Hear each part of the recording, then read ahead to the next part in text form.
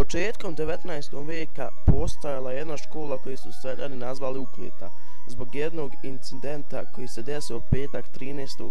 baš u toj školi, tačno u ponoć.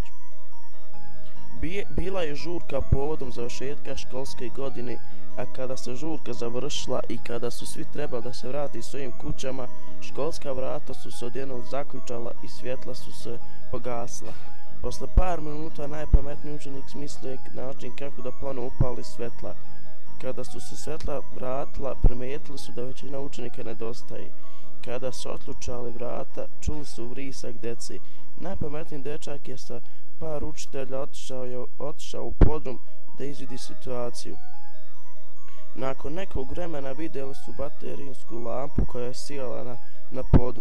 Učitelj je uzeo lampu u ruke i usmjerio je ka najtamnijem uglu i vidjeli su pobijanu djecu.